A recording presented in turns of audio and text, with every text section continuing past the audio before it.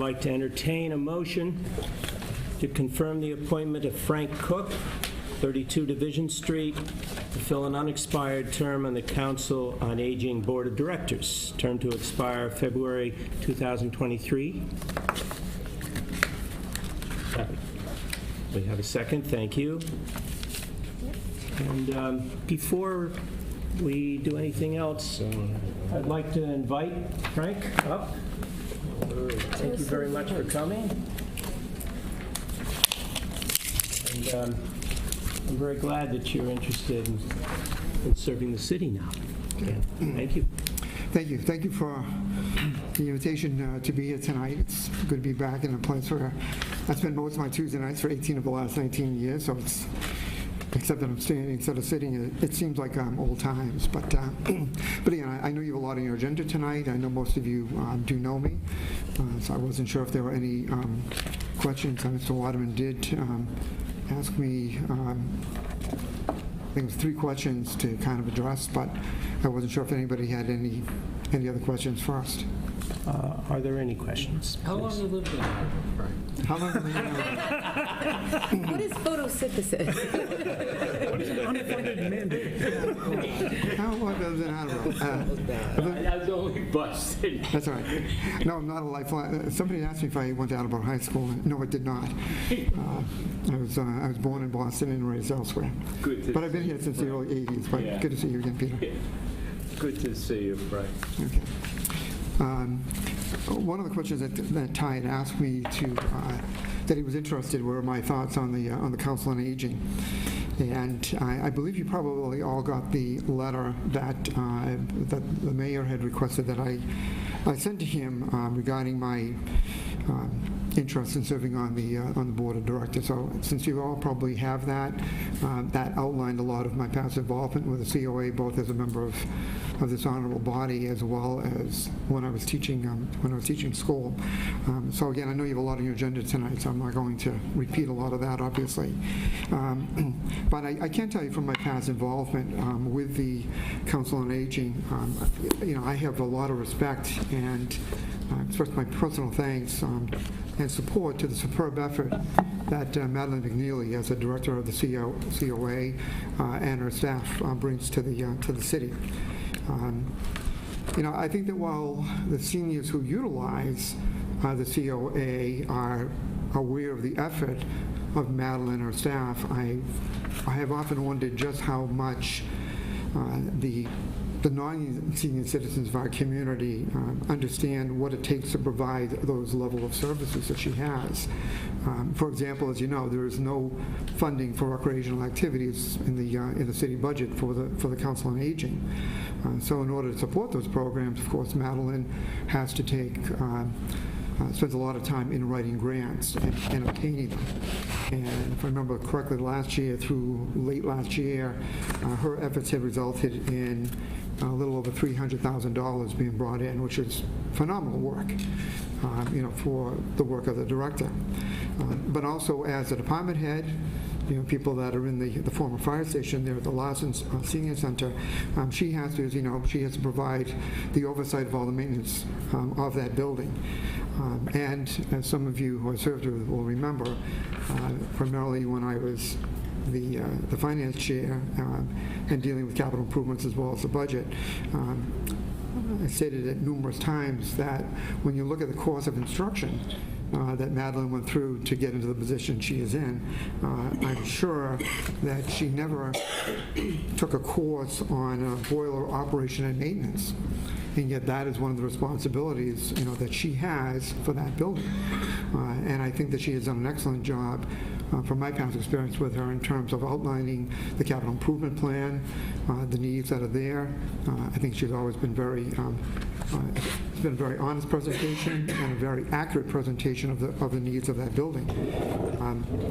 Again, that situation of her overseeing that building is not unique to other buildings that the city owns that are being used for city services. And that was why when I was chairing the finance committee, I had recommended that the city hire hire a full-time person to oversee the maintenance operations of our buildings, which would include not only the day-to-day, but also the preventative maintenance aspects, which is a critical component to make sure that our buildings remain viable. The board of directors that I've been asked to consider joining obviously performs a very vital role in helping Madeline and guiding the COA and fulfilling the mission statement. They provide assistance, obviously, in direction as needed. They also serve as a sounding board, and to make sure that the needs of our Attleboro seniors are met.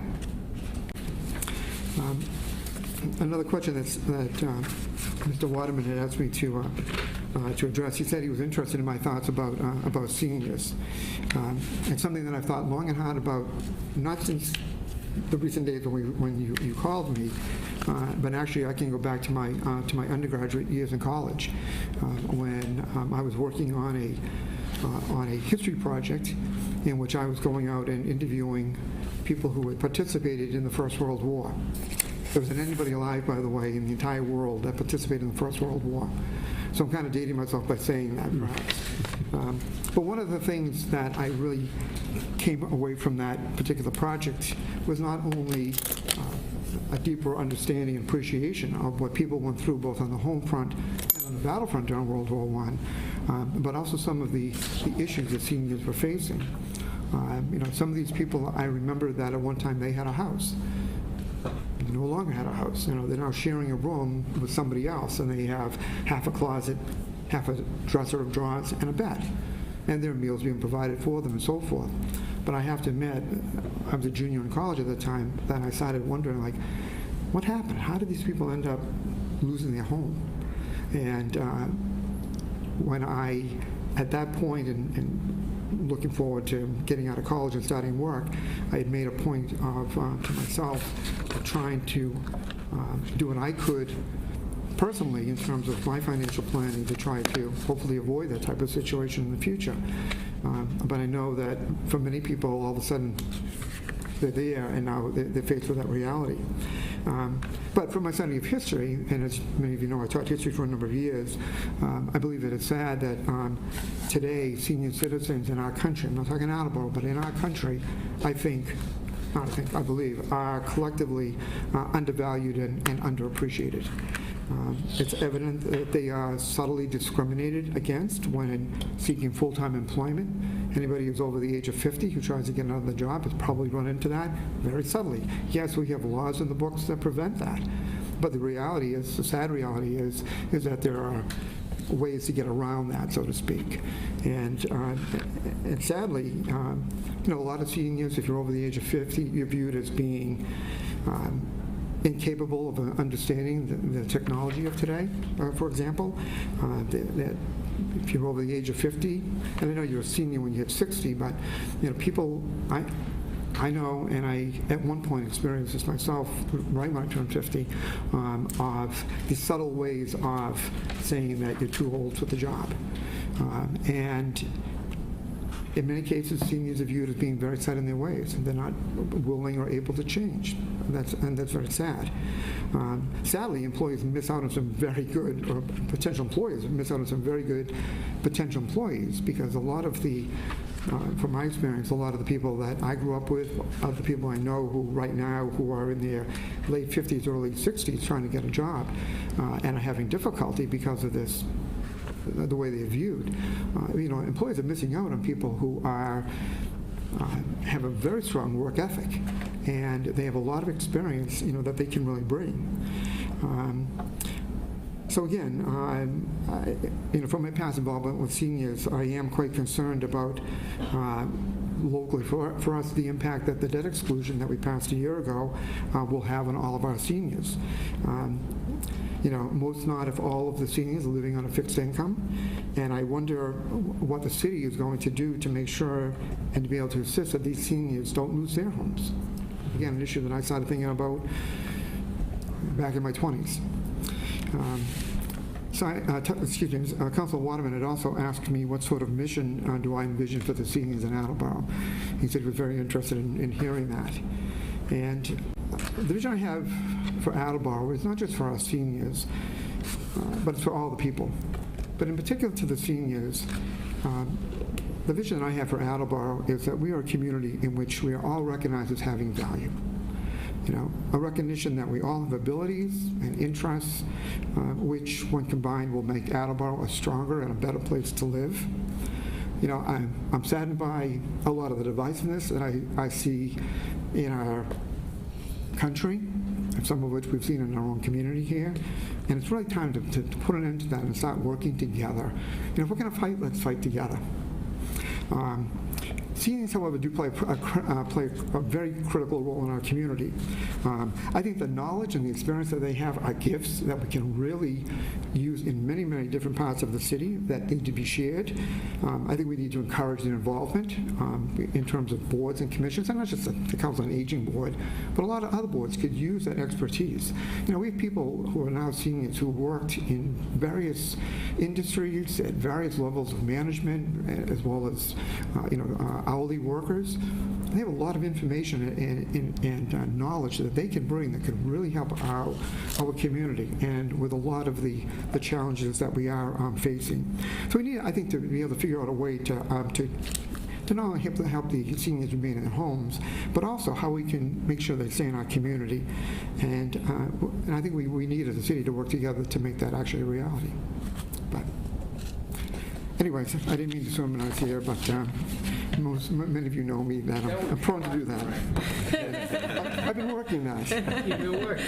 If you noticed last year at the, Leo was here a little while ago, the Emmett Larkin event,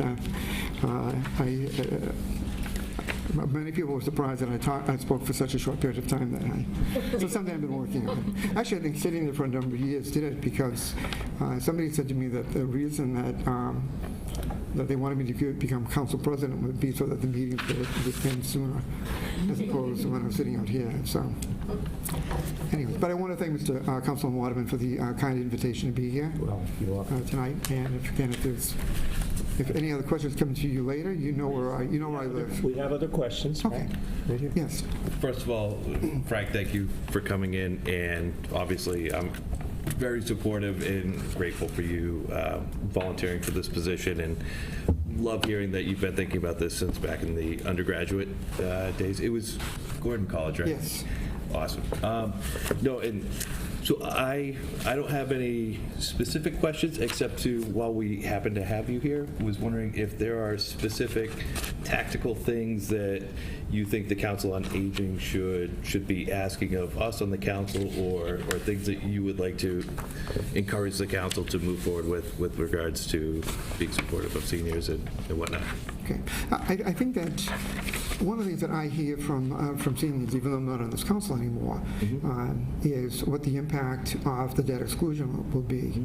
And I think that when the tax bill came out, the last tax bill that came out, I think there were a lot of people who were surprised at the increase. And I understand, how the tax rate is set and so forth, obviously being part of that for a number of years.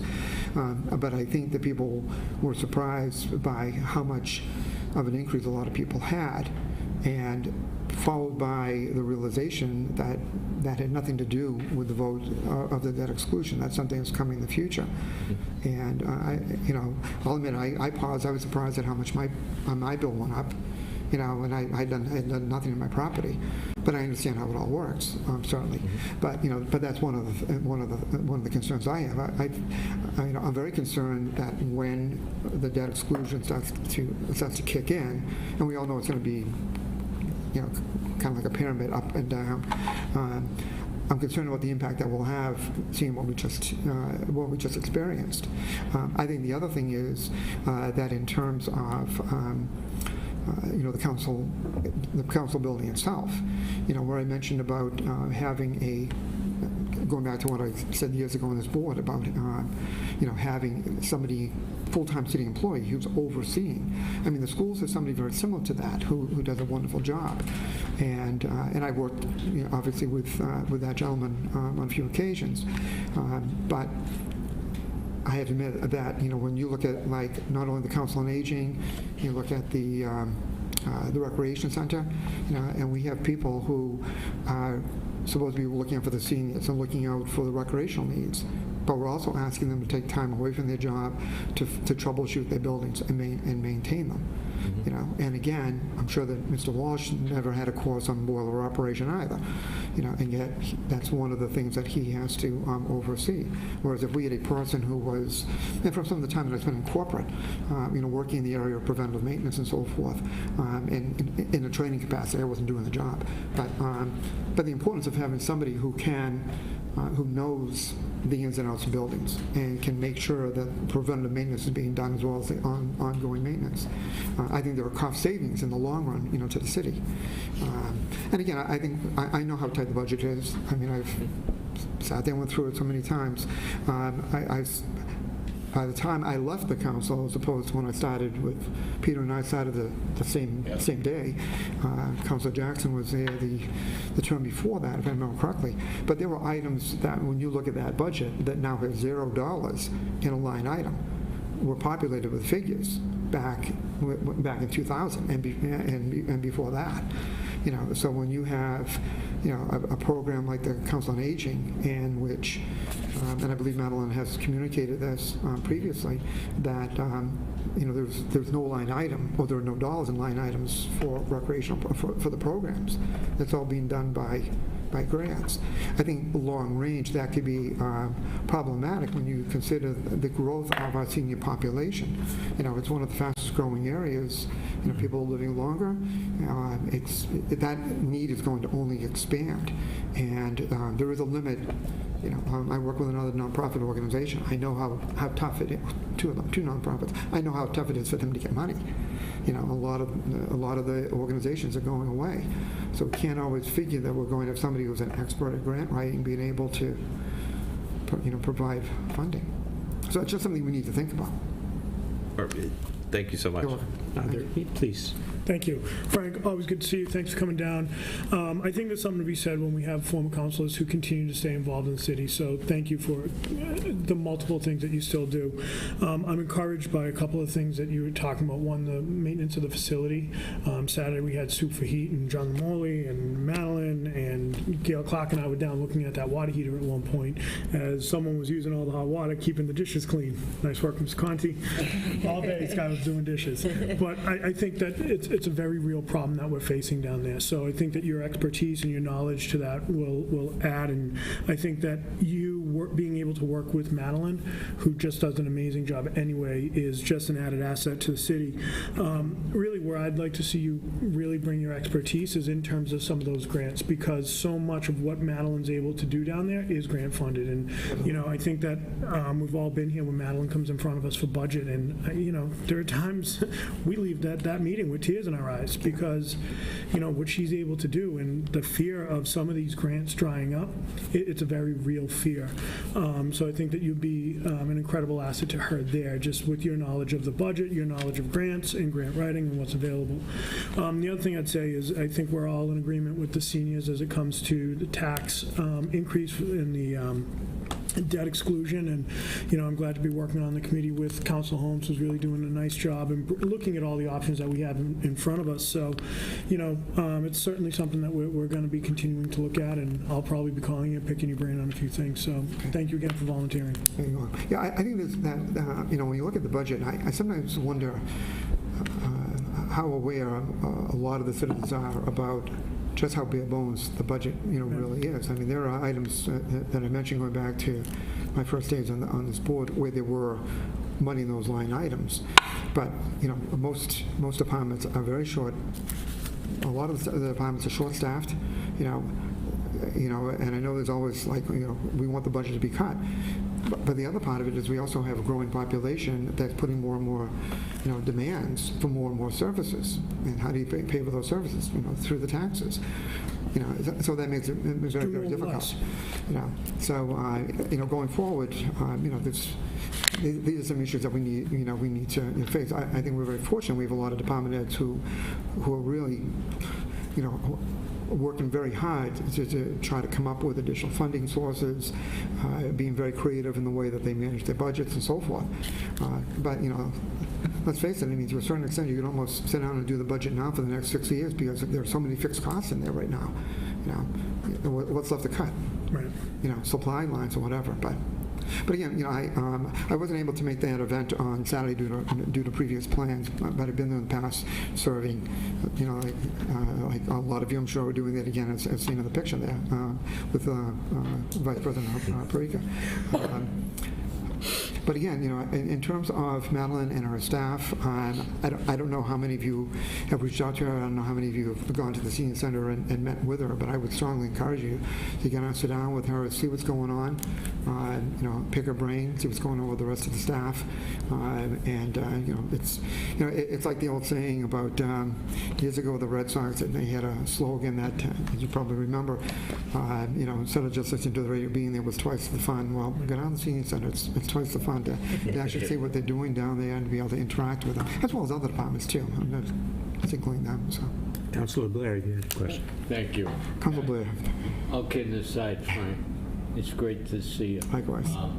I truly believe what you will bring to that Council on Aging is invaluable. I had a saying used on me a short time ago that when a senior citizen or a person passes at that capacity, the library door closes. Well, your door is wide open with a ton of experience, Frank. And I'm sure you'll be able to help move some things that might remain stagnant if you weren't on that board of directors. And I love you, Frank, always have. Yeah. And one of my true friends that I've made at this semicircle. And you're truly missed. And I like to kid you, I know that. Yes. but Yeah. you are one of my fondest Well, thank you. friends, Frank. Thank you. And thank you very much for the willingness to keep serving. You're welcome. Thank you. And I want to thank you too, Frank. And before you leave, I'd like to ask the committee if they would vote. All those in favor? Aye. Aye. I'm not even going to ask the other question. Thank you for coming. Thank you. Have a nice evening. With that said, I'd like to recess Personnel and Human Services Committee. Somebody give him a second. Need a second? For recess? Thank you very much. We're recessed at 7:24. It's at 7:24. 7:24.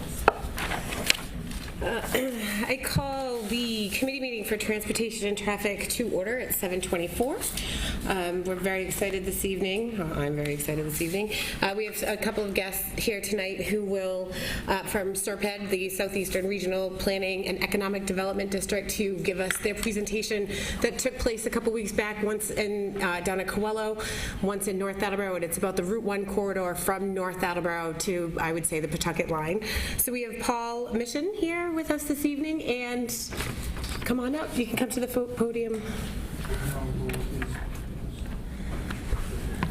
Good evening, everyone, and I'd like to thank the council for the invitation to come and talk about the Route 1 corridor.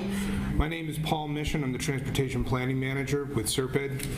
You did a great job pronouncing the long name. We prefer SERPED. It's an easier acronym, but thank you. First of all, I'd like to talk a little bit about the history of the study. We started this study about a year and a half ago, almost 2 years ago, looking at congestion issues brought to our attention by former Mayor Kevin Dumas. He was looking for some solutions for the congestion issues on Route 1 in the South Attleboro area. We decided to expand the study, and because we heard some similar concerns with the town of North Attleboro, and we felt that we're out there doing the data collection, it would be a good opportunity to do a more comprehensive study from roughly Route 123 in South Attleboro all the way up to Route 120 in North Attleboro. The study essentially is looking at congestion as well as safety issues and any opportunities that we might be able to have to improve on that, as well as to improve access for multiple modes of transportation. Like we said, we had 2 public meetings to discuss this. They were very well received, and we look for another opportunity tonight to talk some more about the transportation issues with the whole council. So without further ado, I'd like to introduce my colleague, Go-Chang Lee, who is the principal lead in the study. Go-Chang? Thank you. Thank you so much. I'm here to talk about Route 1 corridor study. Can we move our chairs? Absolutely, please. If you need to, You can move the we technical can device, move too. it, actually, yes, we can. We give wheels. So, want to move it? We can tilt it. Can I just move our chairs over there? You can do whatever is the most comfortable thing for you. Oh, I'm good. Roll your chair. Can you see from there? If you would like to just give that a little pivot, that would be terrific. If anyone in the audience needs to move a chair over Pivot enough. behind Mr. Lee, that would be fine as well. Ooh, careful, You okay. can see now. Can you see that? All right. Can you see okay? Richard, can you see that fine? Yeah, you guys, someone can move into mine. And if anyone in the audience would like to move over to the side to be able to see this as well, that would be terrific. Thank you very much. You may continue. Thank you, Heather. So, Route 1 corridor study, it starts from Route 120, also called Hopping Hill Road in North Attleboro, to Urban Ave in South Attleboro. The distance is about 4 miles on Route 1. We also study a couple intersections along Route 123. We gather very detailed safety and operational data in order to help us for detailed analysis at 15 signalized intersections and 3 stop control intersections. So Route 1 is state-owned and maintained minor arterial road, urban arterial. The weekday and weekend traffic count is very high. As you can see, especially on the weekends, there's congestion issues. Also, the weekday PM peak and AM peak. We include the public throughout the study. We also coordinate with stakeholders, including communities, and appreciate City of Attleboro's support in this process. We also collaborated with GETRA and MassDOT District 5 in order to complete this system evaluation. Basically, we look at the mobility and accessibility along Route 1. We use computer softwares. We use a travel demand model to forecast the future traffic growth. We conducted a capacity and safety analysis in synchro. We also prepare 3 years crash analysis. I believe it's in between 2014 and 2016. We also look at the multimodal accommodations. That basically means travelers not only travel with the vehicles, but also could be using a bike, could walk to the destinations along Route 1. We also look at the environmental issues along Route 1. This is a very high level of the information we received from a survey. Total 148 respondents we received help us to complete this survey. So majority of respondents answer travel on Route 1 by cars. Almost 70% respondent answer they don't bike or walk. Amount of this 70%, 29% respondent answer they don't feel safe to walk or bike. Over half of the respondent answer the shopping is the main reason for their trip. 32% it's commuting. About half respondents answer making multiple stops. 36% only making one stop. 12% they are basically driving through Route 1. There's no stop at all. This is very good planning tool for us to determine the need for a cross access or back road idea. I will introduce that in the later slide. Almost 90% respondent answer they will take detour to avoid Route 1, either congestion or either safety reasons. Among those respondents, 47% answer they take detour in the weekends. 33 is on the weekday, and 21 is on holidays. I believe if we have an option to choose all of them, probably we will receive a very high number on those. When we ask about, so where are those locations you feel congested or dangerous, the citizen, the respondent answer May Street, which is in Attleboro, followed by Hopping Hill Road in North Attleboro. Allen Ave is also listed on the top 3 intersection. So we did a detailed analysis on those intersections, which will be showing on the later slide too.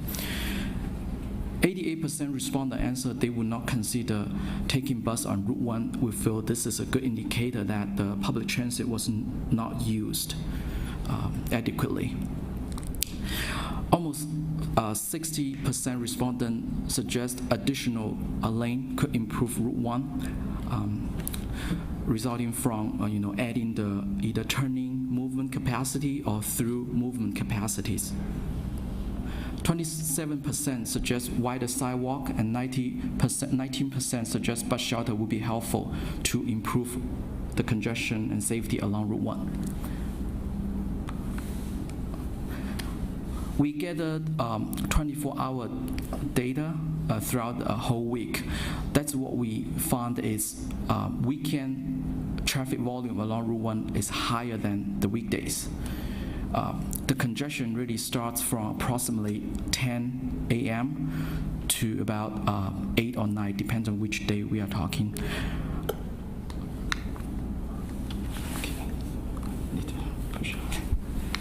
Okay. This is the capacity analysis we conducted. So on the right-hand side, it's a table, just like a school scoring card. So when an intersection experience level of service A to C, means that intersection experience very minor or acceptable traffic congestion. When it's approaching to D, that means the intersection it's vulnerable for capacity issues. The intersection cannot handle a certain amount of traffic. When the intersection is at level service E or F, that means the intersection is experience unacceptable traffic delay. It takes generally 3 steps for the capacity analysis. First is travel demand model that we use, and synchro analysis and sync traffic. Basically, we model the intersection, we compare the improvement alternatives. What should we be looking into to improve the intersection?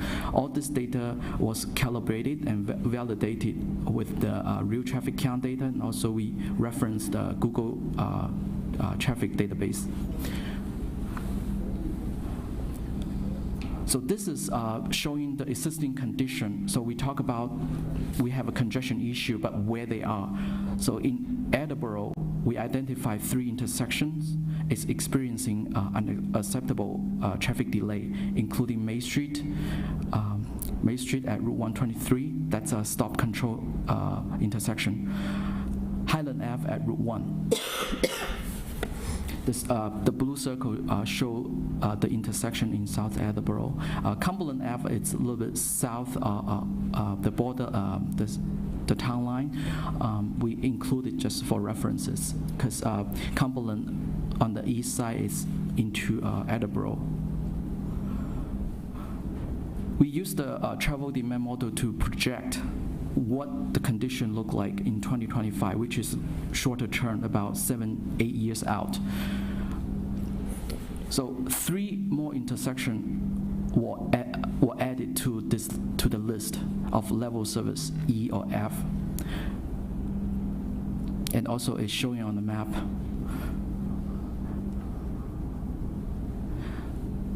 What about the more ultimate future, longer term in 2040? Looks like the traffic condition is very similar to 2025. It's the total number of intersections with level service E or F is the same. We look into individual intersection. we gather the crash data. This is to show about 29 collisions occur between 2014 and 16. The projected traffic condition, like I pointed out earlier, at this location is level service F. So if there's no improvement being made to this intersection, the intersection will still be operated at level service F. What can we do about it? We use Synchro and the Sim traffic software. We model that if the capacity is added to this intersection, that could help alleviate the traffic congestions at this location. That includes additional northbound and southbound through lanes. So this is a simulation that we created. If I may go to the laptop and start the simulation.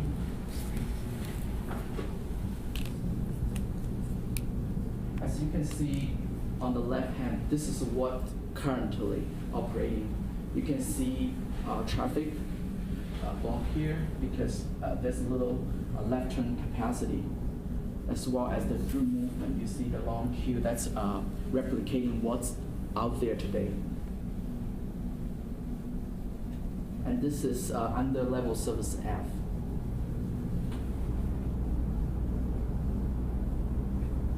So with all the improvements,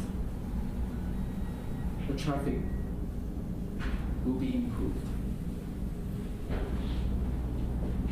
As you can see, the reason why there's blockage is there's a problem separating the left-turn vehicle with through vehicle. So if you want to go into the left-turn lane, there's no opportunity because there really a queue block the movement. Wait a minute, can you just come here and explain this again, because I'm a little confused, please? That's fine. Thanks. Okay, so this we are talking about the intersection improvements. As you know, the current configuration does not allow the traffic to pass through this intersection. Our recommendation is improve the capacity improvement, just like a cup of water. If you have too much water you cannot fit in, you need a bigger cup. That's one analogy. The traffic software is a tool to answer where should the improvement be made in order to achieve a better level service. If I may, we gather the turning. Yes. So, for with improvements, you're talking about adding an additional lane. Mm-hmm. Is that okay? Yeah. So, I think if you could talk about that a little bit more, I think that might be we might be able to understand that a little bit better. So, if you're adding, if you could just kind of indicate to us where you're adding additional lanes, or if the queuing length for the left-hand turn is expanded, then that would be able to allow a higher volume of traffic to move through at a quicker pace. Yes. Would that be accurate? That's right. So we are proposing adding through lanes. So this is northbound. This is May Street. Mm-hmm. This is May Street. Yep, I got it. And we're adding one more through lanes at the northbound and southbound. And if I may just ask a question, Please. But this wasn't redone that long ago. Yeah. This is like brand new, practically, to us, this whole intersection. So I'm kind of blown away by this whole thing. Like, yeah. So if that's okay, so Councilor Jackson, they're an independent body doing their study on this particular, and the state does not necessarily they're an advisory and they work together with them, Right. but that doesn't. I understand that. It's a future projection of how to. Maybe if some of us remember, we were at the library a year ago, where they are planning on different improvements starting in 2021, 2022. It not necessarily at May Street, but further down Route 1, and we all encouraged them to actually include the May Street portion of that, and so SERPED has expanded all the way up Route 1 their analysis of this, so that moving forward for the next round of improvements, hopefully their input could have some benefit to May Street.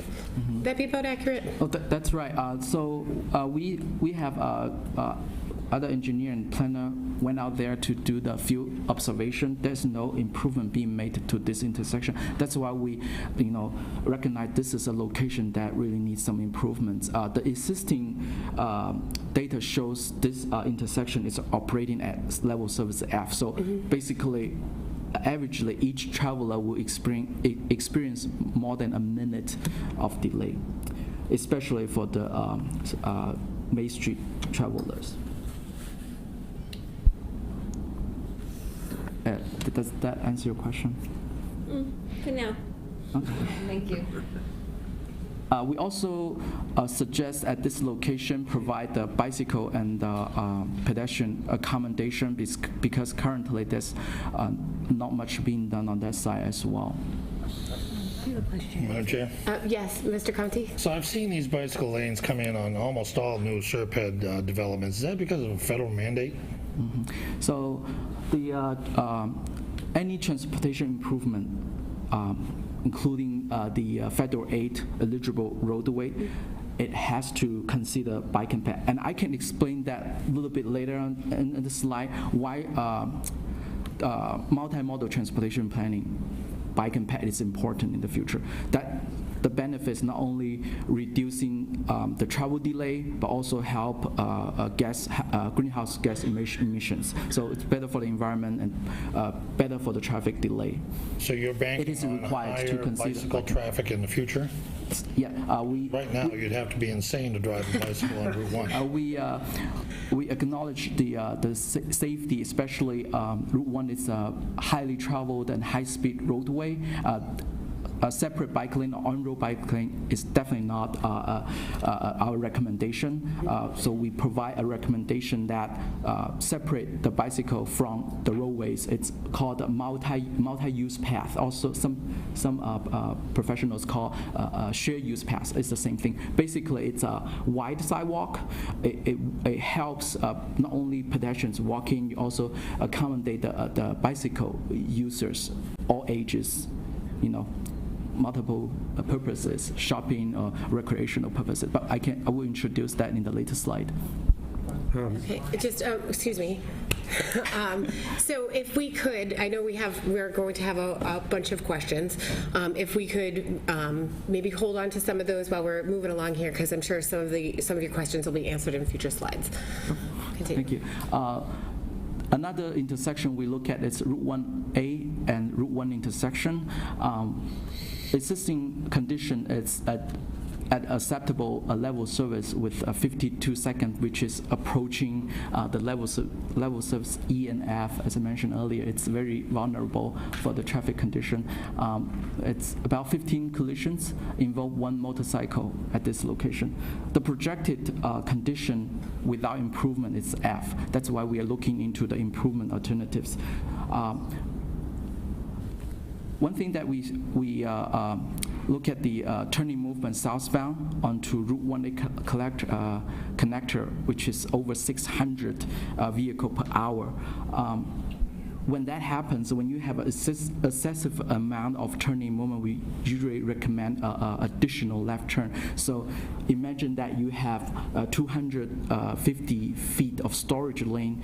You just can't accommodate over 600 vehicles. So we double or triple the left turn lane in order to accommodate those vehicles that needing to make a left turn. So that reduce the green time assigned to this location, also help the traveler move forward. With the improvement, the intersection could be improved to level service D. Highland Ave at Route 1 intersection, I'm sure you're very familiar with this location. It's a very dangerous, a very congested location. We look at a couple alternatives for this location that could help improve the traffic to level service D, including eastbound left turn lane on Highland Ave, westbound left turn lane, southbound right turn lane. So it's basically Excuse me. accommodating all those extra traffics to move past this intersection. and the crash rate is really high. We try to give a bigger picture of. Okay. Okay. All right.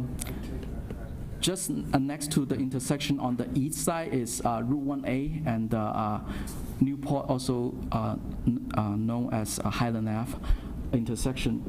There are less crash at this location, and level service is very similar, but same level of level service, but less delay, average delay at this intersection. 19 crashes were recorded between 14 and 16. The projected condition for short-term and long-term are both level service F. Our recommendation for this location is constructing additional turn lane capacity. Our turning movement and projected turning movement actually is warranted for those turning movement improvements, including westbound left turn and northbound right turn. They exceed 100 vehicles per hour. That's the practice of turning lane that need to be added in terms of the operation.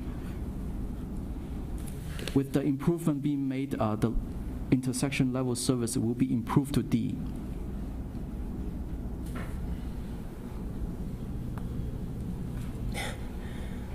Okay. Beside intersection crashes, we also conducted segment crash analysis. This is a location that we identified with very high crashes occurrence in 2014, between 2014 and 16. This is between Cumberland Ave and Como Drive. We labeled the business along Route 1. You can see from the slide is at the Triple Play Car Wash. I believe there's a Dunkin' Donut next to it. Yes, there are a lot of angle crashes, left turn crashes, as well as rear-end crashes.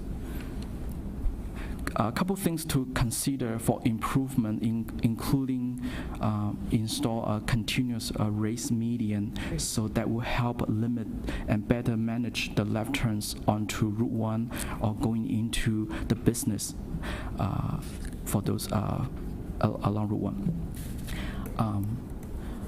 There are a couple things need to be looking to building a race median is including where those left turn or right turn should be located. Also consolidating driveways where they are not necessary to provide access or actual stop or slow down along Route 1. That's very basic access management plan elements that we'd like to propose for this segment. I'm happy to have any questions on this. Okay. First. Councilor Conti. So as we expand Route 1, there will be land taking, I would assume. Yes, the land taking will be necessary to install turn lanes. Sidewalks will be later on introduced. We have not get to the point of the designing of this. This is basically a concept that could be included for future improvement along Route 1. So in your analysis and looking at Route 1, did you also look at the connecting roads that intersect with Route 1? It's like how traffic flows on May Street. And for example, every time I go shopping at Stop and Shop and I leave, I can't get out of the parking lot because traffic is backed up all along May Street from Route 1 into seems like North Attleboro. So the congestion isn't just Route 1. The congestion is also on the side streets of each side of Route 1.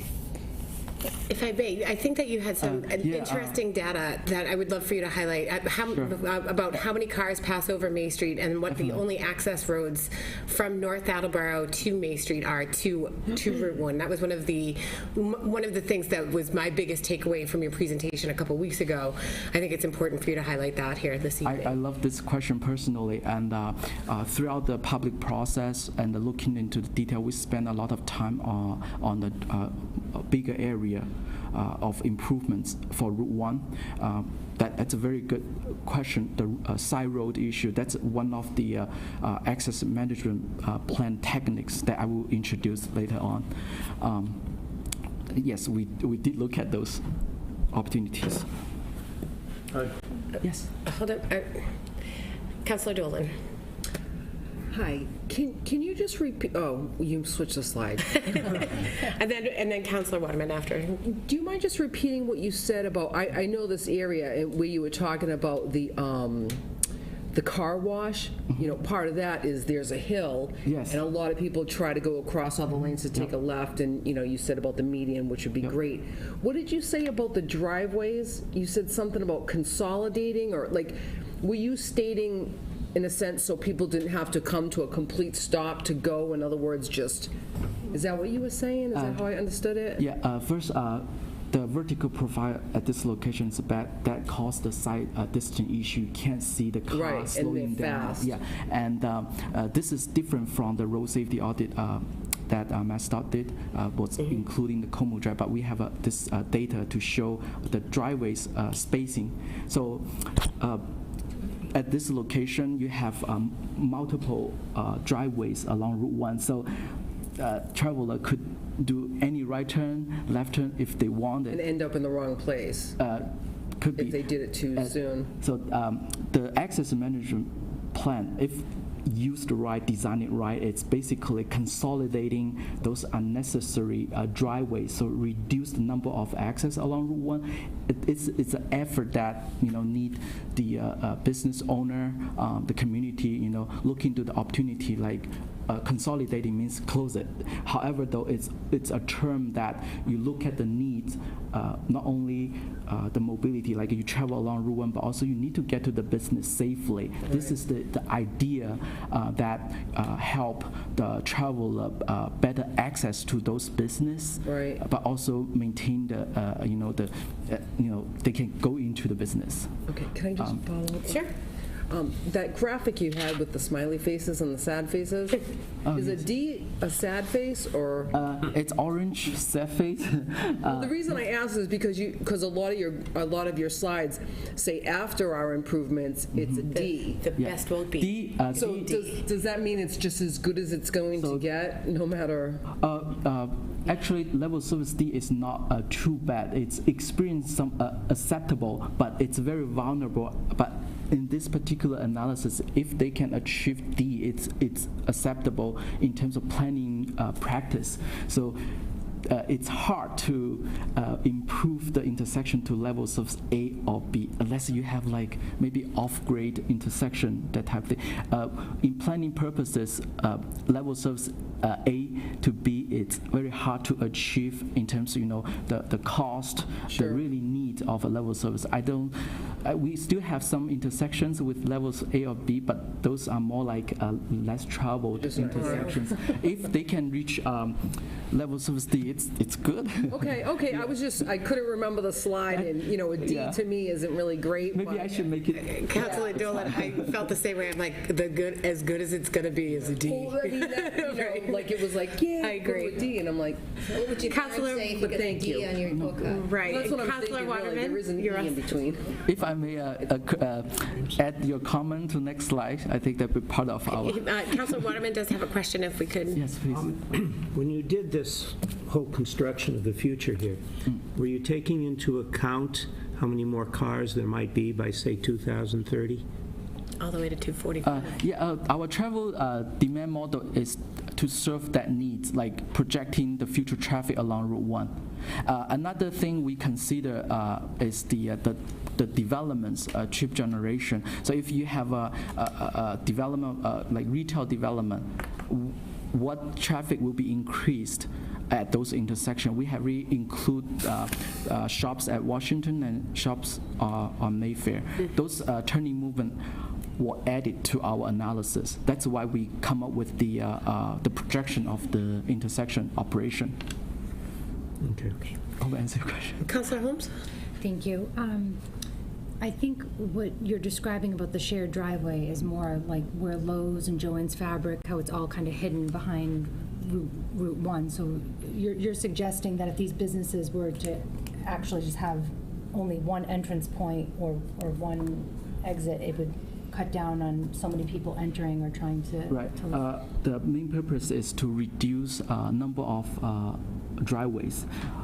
To achieve that, it's a collaboration, it's a shared access agreement between business if considered it's necessary. And I believe for travelers or clients, everybody wants to have a safer and more protected access to the business. And this location, I believe our other slide that in North Attleboro shows the Lowe's area. This is basically from south of Cumberland. So Yes. more like on the west side, it's more couple auto services. On the right-hand side, more service like a car wash and there's no restaurant. There's a one restaurant there.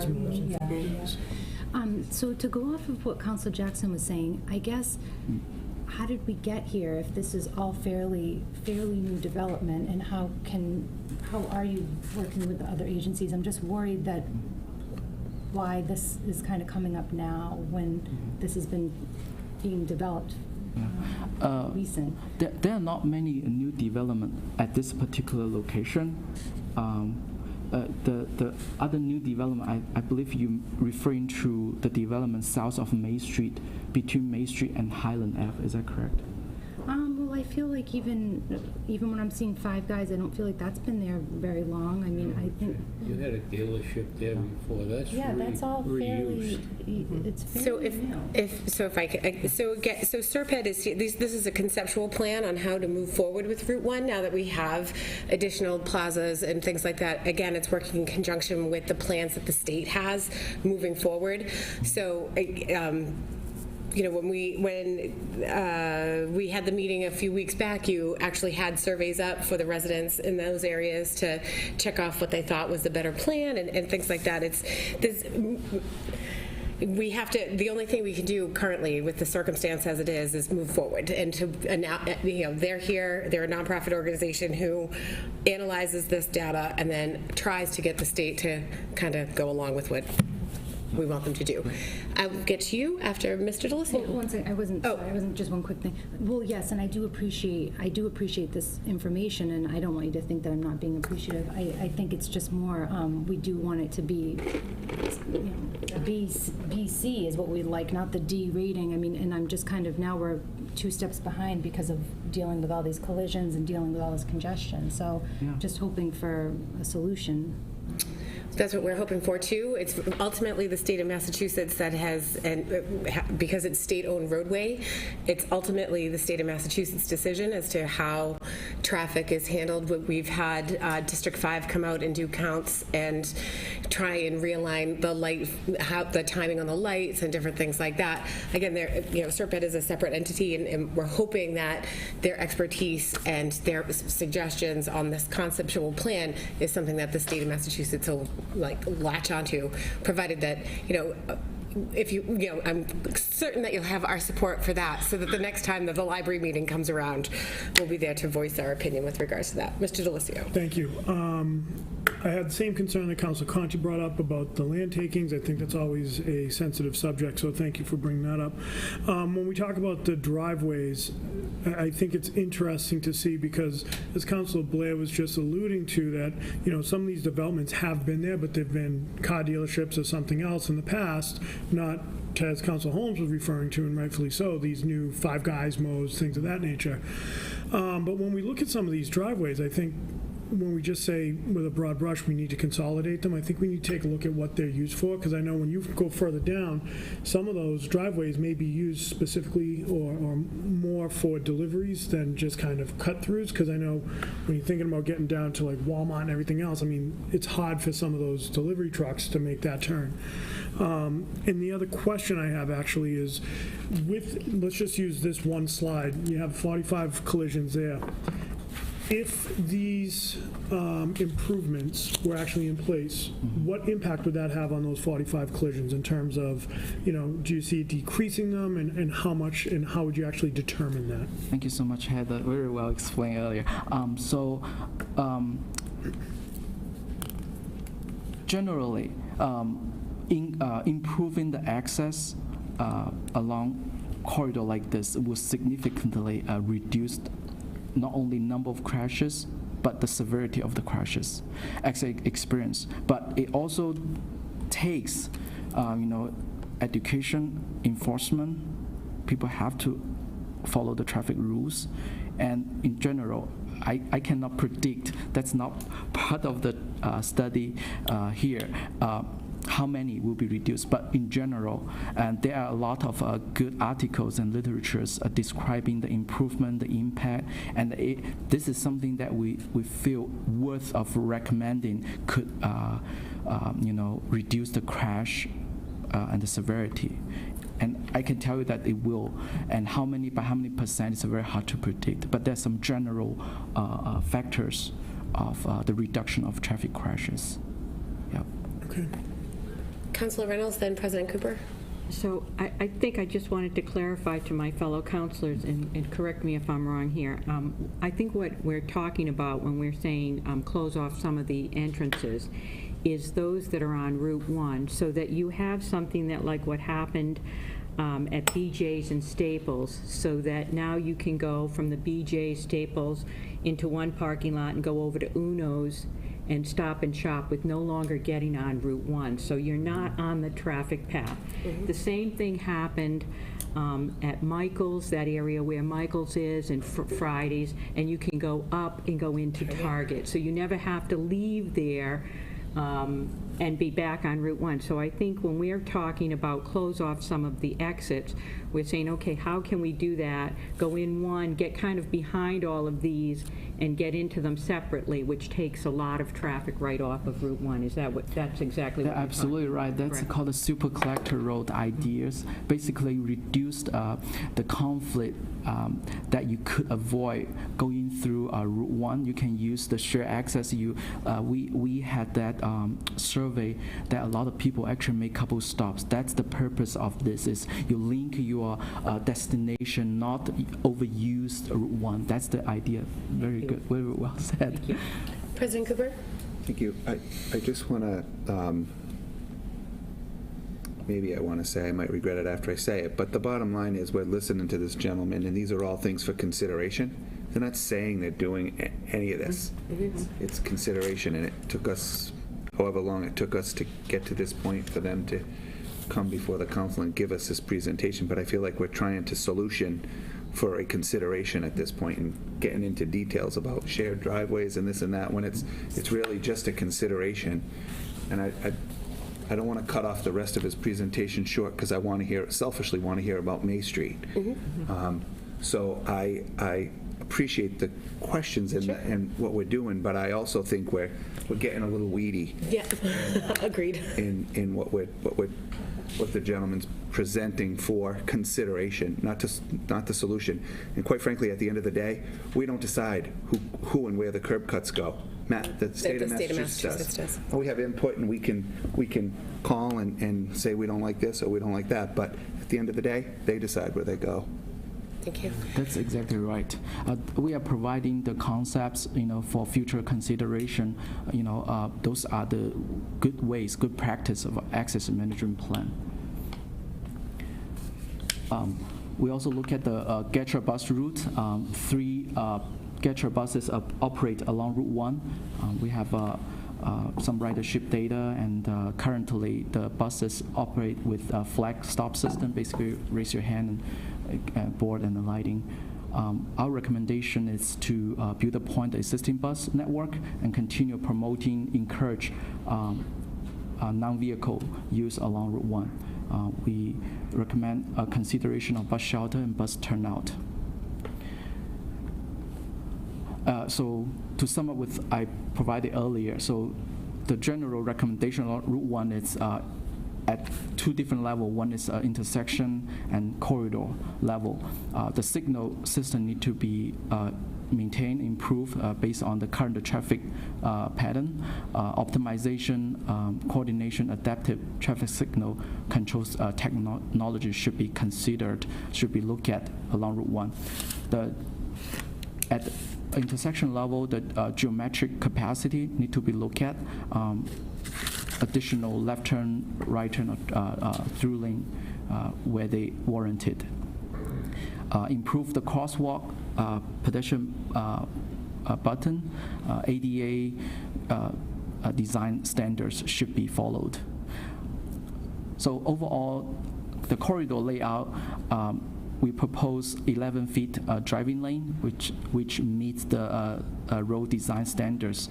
10 feet multi-use path, which I touched base a little bit earlier. It's a multi-use that accommodate basically pedestrian and bicycle, even scooters, some motorized transportation mode, but it's a lot smaller than a single vehicle. Access management plan, I introduced a lot of at those intersection level.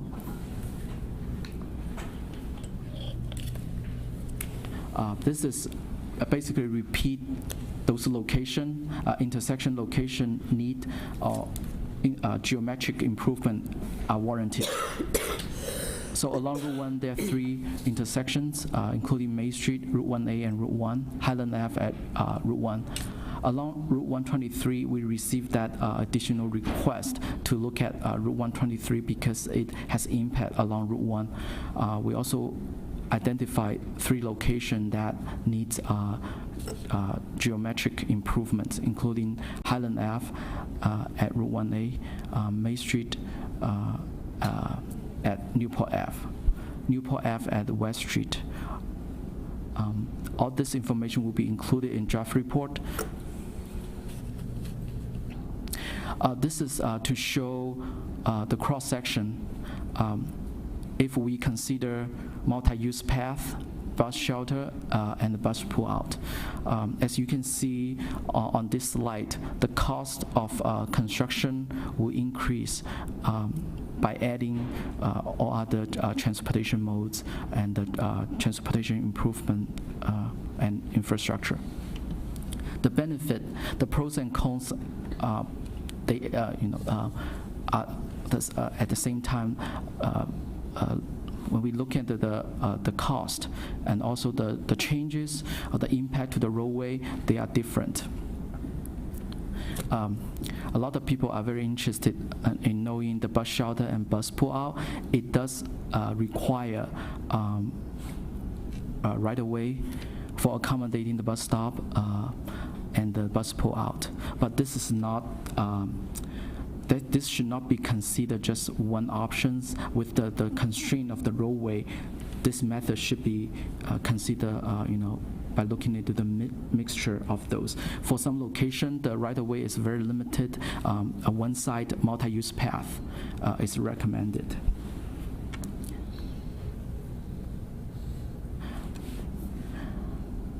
So this is the, we talk about super collectoral idea and how to make the local access to Route 1 better by going to the destinations around Route 1. This is a good analogy, a leaf. So Route 1A is functioning like a principal arterial road. However, there is a lack of accessibility or local road connection on the east side of Route 1. So assuming if you live along one of the local road like Old Post Road or Newport Ave, the option is you could go south onto Route 120 and pass couple signalized intersection and go to your destination. So what we are proposing here is it's we discussed earlier. It's a concept. It's a best practice of access management plan. We are not only overcoming all those, suggesting adding the capacity, but what about some of the local access to Route 1?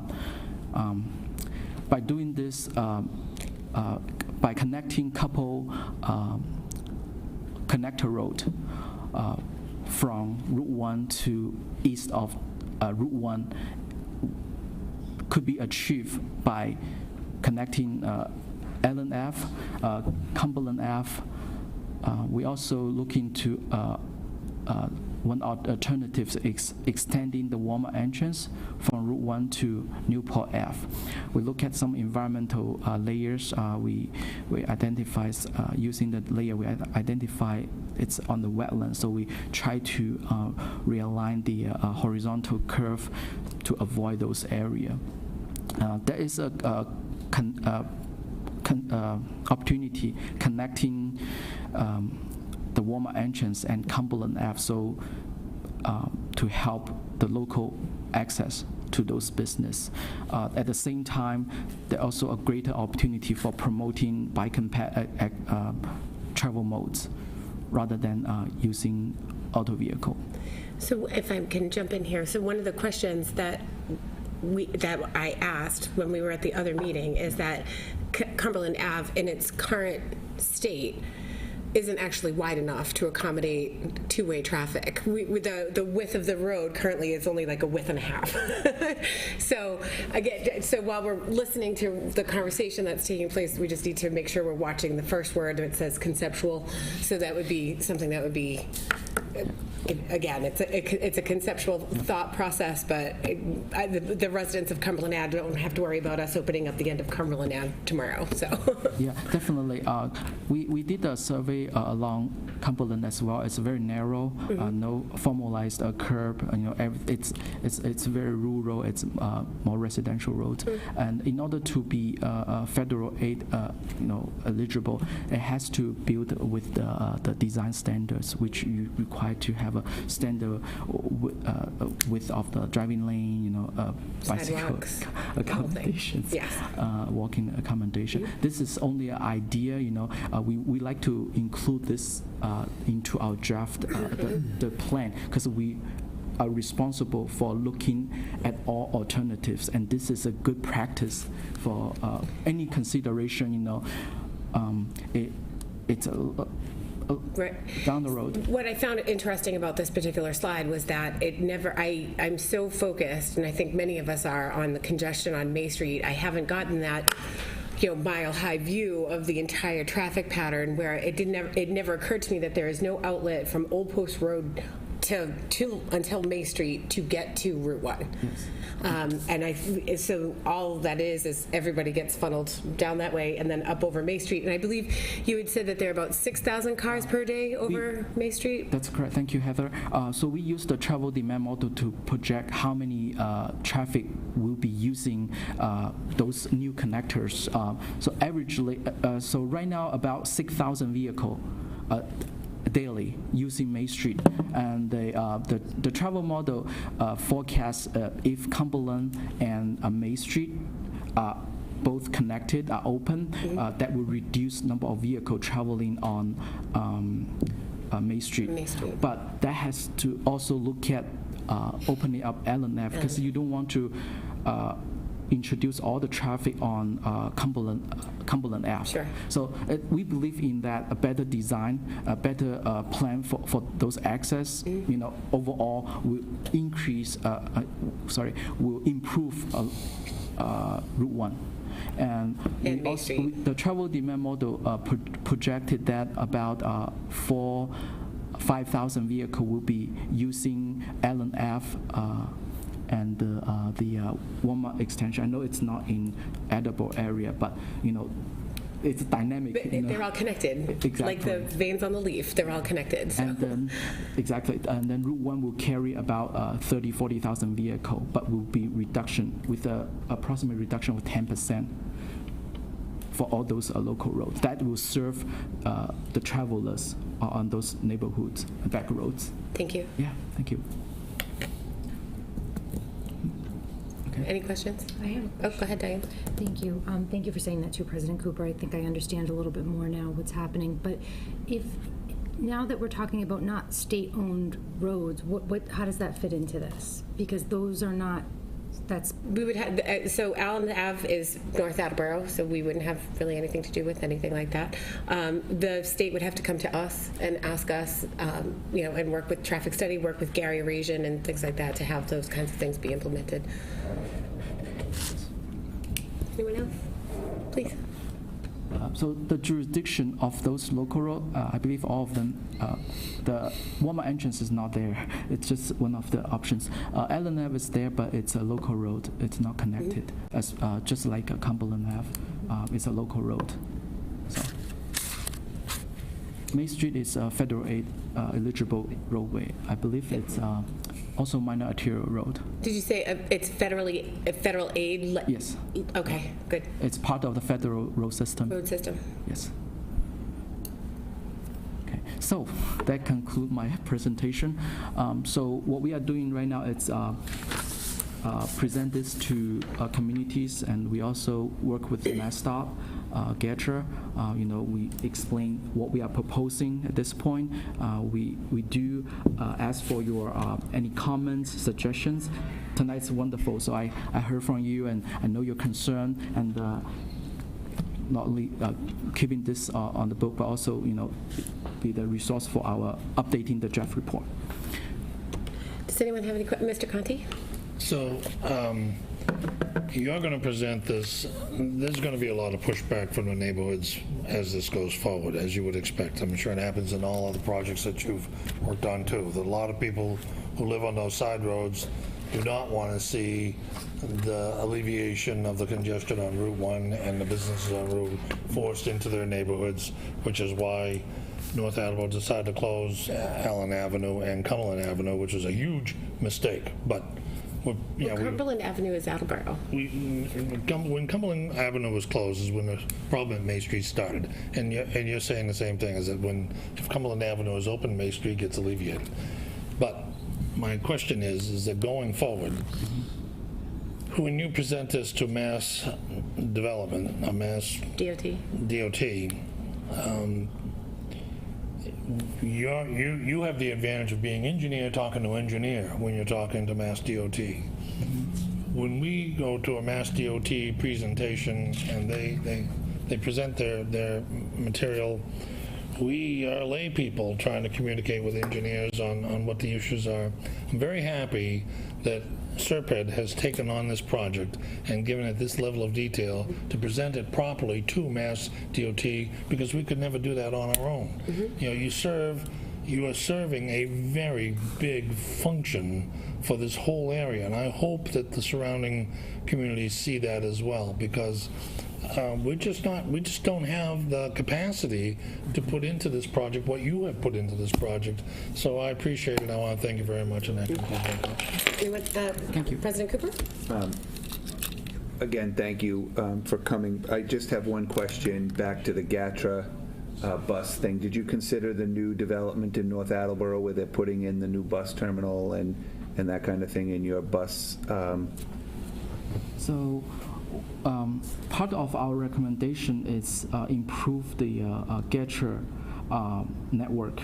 We spoke with GETRA. We point out the route optimization of the route, avoiding the major intersection. But we more focused on recommending the bus shelter and bus pull-out in order to increase the visibility of bus network. Okay. Yeah. Thank you. Thank you.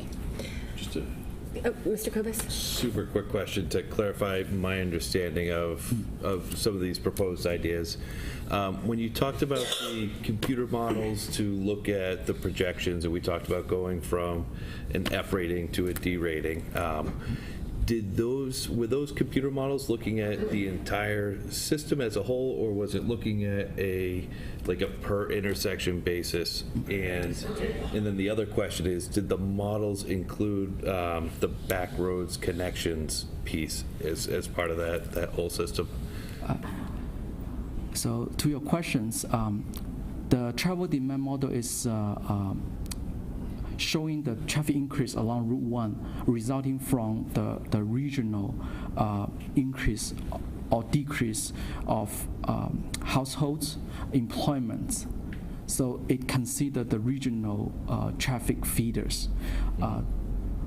We also added the turning movements at those specific locations directly from the private development. Yes, we have used the best technology to forecast the traffic condition on Route 1. We also use calibration validation as well to help the project more accurate traffic along Route 1. But the traffic pattern could be changed. That's the reason why we not only project a long term but also a shorter term. I'm very confident with the traffic forecast as well as individual turning movement forecast in this process. Yes, we did consider both of them, not only the background, the regional traffic pattern, and also the specific location of those traffic, the developments. Yes. I don't think I understood, but so did it look at the entire region? So like if you made all of these changes and then saw what the change would be to the individual intersections, or was it looking at each intersection individually? So for instance, if you made changes at May Street, would that have reflected on intersections further up Route 1? Yes, yes, we did. So it was looking at the whole system? It takes a different process. So what you are talking about is using the traffic projection result. So we look into the individual intersection because you see the network, you have all the turning movement. We did consider what if you make those certain improvement, how that impact the turning movement at other locations. We did consider that, yes. Okay. That will be more obvious at one of the locations that we study. That's at the Hopping Hill and Route 1 intersection. We're proposing to offset signalized intersection. We look into all the intersections. We kind of estimate what kind of turning movement will be made if you improve or change all the circulation. We did look at that too. Those numbers that I mentioned earlier, the Allen Ave, Cumberland Ave, Walmart entrance, those are the numbers from the travel demand model. But it's a travel demand model, it's a raw data. We also look at the field data to verify that. That's our best estimation for those locations. And did the model include the conceptual plan Yes. of adding the background? Yeah. Okay. And you can see more details in our draft report that will be included. I'd like to see that. Perfect. Thank you. Yeah, I used to work for a municipal city of Olathe in Kansas, and with SERPET for almost 60 years. So this is things that I do. Look at the field data, use the model. It's a computer. You ask, you set up all the parameters, and it's an educated guess. But we follow the federal guidelines in terms of calibration and make sure the result has a good ground and be accurate. Mr. Bishop, if you'd like to come back to the podium. Yeah, I just want to address the council with a few questions that you had for Go Chang and I. In regards to ownership, Route 1, yes, it's owned and maintained by the state of Massachusetts and their Department of Transportation. It's eligible for federal aid, which means if it goes for construction funds at any time in the future, either the state can pay for it out of their own pocket 100%, or they can split the cost with an 80% federal fund and a 20% state match. They would also be responsible for any of the design and added improvements that they would like.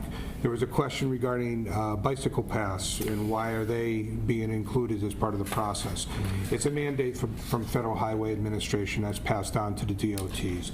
There's a Healthy Transportation Act that is in place with the state of Massachusetts where bicycle and pedestrian combinations, in addition to transit and motor vehicles, has to be examined as part of the analysis for any roadway that's up for reconstruction or for improvement. Does it make sense to have it on this road? Some say yes, some say no. It is a high-speed travel way. That's why Go-Chang was suggesting a separate use path. You separate the bicycle and pedestrians away from the traffic, you're going to reduce the risk for serious injury accidents. And finally, the next step, we have where do we go from here? Because this is a state road, it really falls upon Mass DOT to make a determination of how they want to pursue and what they actually want to do on this road. A lot of that will be based on public input. So if the idea of back roads being used as connectors to help alleviate Route 1 is met with opposition from local residents, they would tend to say, okay, what can we fix on Route 1 proper and not open up Allen Avenue to through traffic. I know that's an issue. I used to live in Attleboro, let's just say a long time ago. And Route 1, because I was living in South Attleboro, Route 1 at the time didn't have a Walmart, didn't have Guitar Center, didn't have TGIF, didn't have all that. We just had the Emerald Square Mall and some of the offshoots of Fashion Crossings was coming up. You know, the property that was between Fashion Crossings and in Cumberland Ave was John Case's property. So that's all expanded. And as you had that gradual expansion over time, come with it all the traffic issues, the volumes, the added traffic, which we have a situation that we have down there today. So how does this go? Mass DOT will look at it, and probably if they were going to do any project at all, it would be in a phased construction sequence. They would pick the worst section and try to address that first, and then move on and address separate sections to alleviate traffic and safety issues. The best thing I can say that if the council and the city, including the mayor, want to pursue any improvements on Route 1, is to start getting into the office at District 5 office over in Taunton and start communicating with the chief engineer about the priorities they want to see improved on Route 1. Serpent is willing to help out with that effort. We're right down the street, so we would be more than happy to sit in on those meetings. Considering we also did this study, it would be good to have all three parties in one room talking about the future. It's not an easy solution. There is no one fix to fix the issues that are out there. But I think over time, with proper management and using the latest technology, Go-Chang mentioned adaptive signal controls. That's the latest thing that's starting to be introduced into the state of Massachusetts. It's really neat. When you have a high demand in one particular direction, the signal will automatically adjust its timing to meet that demand to help alleviate some of that traffic flow. So the idea that I'll be stuck in traffic for more than 5 minutes going northbound and maybe reduced down to 2 minutes because the signal is doing the work to adjust the traffic accordingly.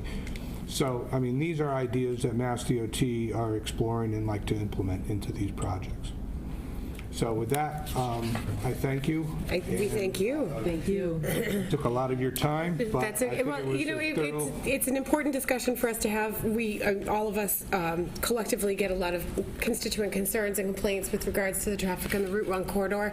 I think that your presentation, your conceptual designs gives us hope that there is a solution, hope, you know, on the horizon for this, and it will also kind of enact us to become more active and get in touch with, you know, District 5 and say we need, you know, this particular space, this particular area needs to have your #1 attention, especially the May Street interchange. So I very much appreciate you and Go-Chang coming in this evening. You do a wonderful job with your presentation, and if there's anything moving forward, I recommend to my fellow counselors to like them on Facebook because they put up all different meetings and informational seminars and different things that are coming down the pike for Serpent, and I think it's a good thing. It's a great partnership for the city of Attleboro to have with you to help advocate for what we need here with DOT. And another form of advocation would be participating in our joint transportation planning group. Attleboro does have a representative. I believe it's from the DPW, Ron Dubuque, is one of the reps. If I called him out and he's looking at home and saying, what, I'm going to those meetings? Yes. We also, the mayor is a member of the Metropolitan Planning Organization, which is a 13-member board that votes on transportation improvements annually. We have about an $18 million budget in what they call regional discretionary funds, and that gets put into a program called the Transportation Improvement Program. We better know it as the TIP.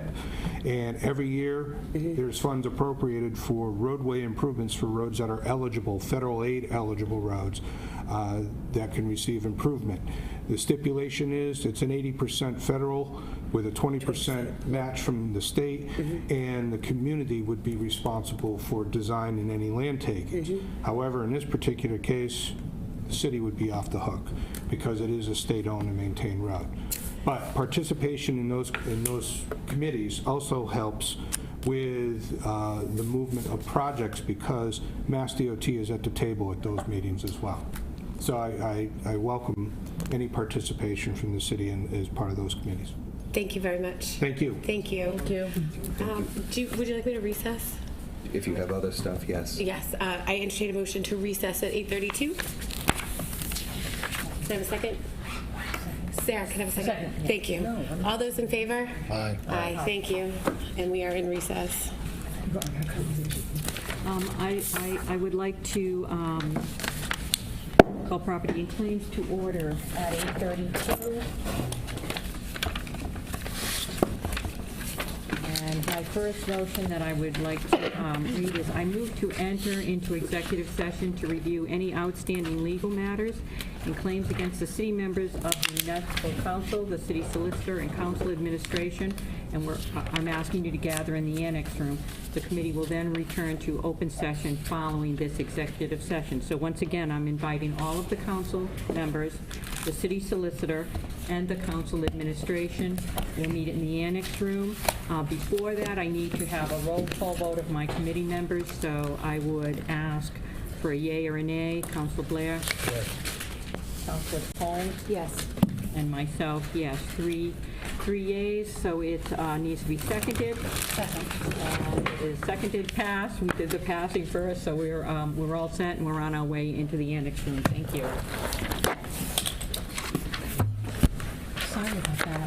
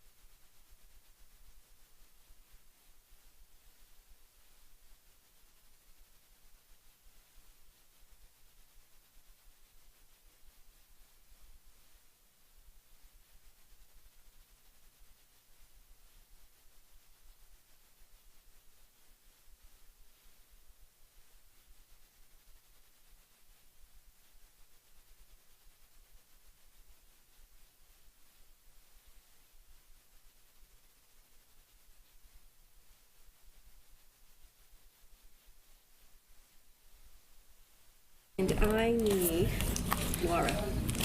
Hey, Laura. I need Laura and Waterman. I'd like to call Public Works Committee to order at 9:13. Thank you. Sarah bring us back to... She didn't, so... No, Sarah's going to bring us back. Never mind, I'm not in order yet. I just thought we could just... She was only fooling. Making sure everybody's still in. I bring City Property and Claims Committee back to order at 9:13. And I have myself and Councilor Holmes in attendance. And I just have one matter from the docket of March 19th, 2019. I entertain a motion to approve the request of the mayor in accordance with Section 1-12 of the revised ordinances of the City of Attleboro to accept the donation of $100 in the market basket gift cards from Leuna Local 1144 to the Veterans Department. Second. Okay. Any questions or concerns? No. All those in favor? Aye. Passes. And I don't know why, Council Cooper, if I may ask you. Oh, yeah, no, that's not for tonight. Doesn't belong, right? Well, not for tonight, yeah. And that is all the business the City Property and Claims Committee has this evening. I'd like to adjourn at 9:14. Second. All those in favor? Aye. We are adjourned at 9:15. I would like to reconvene traffic and transportation at 9:15. I just want to take a moment and say thank you all for your great questions this evening for the SERPED presentation. We do have a Traffic Study Commission meeting in our back room at 6:30 tomorrow evening. And I don't have any motions to bring forward. I will like to remind everybody about the Emmett Larkin Memorial event that's taking place Saturday night, 6:30 to midnight down at the Elks. It's an amazing event. You can buy tickets from now up until the door when you're walking through. The Emmett Larkin Fund, they support many area civic youth, athletic, charitable organizations. The Emmett Larkin Memorial Fund annually awards scholarships to a number of deserving Attleboro High School graduating seniors. It's always fun to see who gets the Emmy Award.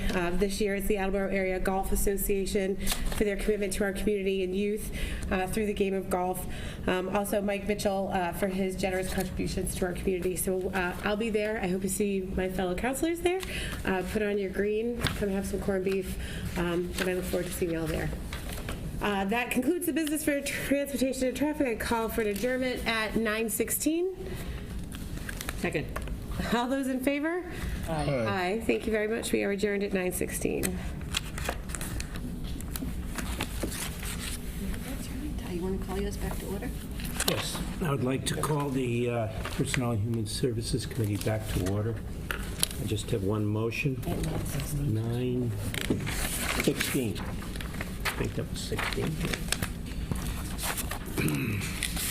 I'd like to entertain a motion to amend Vote 12 from the meeting of November 6, 2018 by deleting a portion of the vote for 15 hours a month through the end of the fiscal year as opposed to 5 hours a month and replace it with as needed.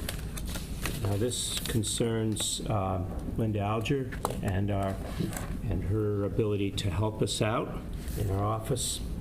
And rather than putting in a certain number of hours to that, whether it be 15 or 5, this motion says as needed.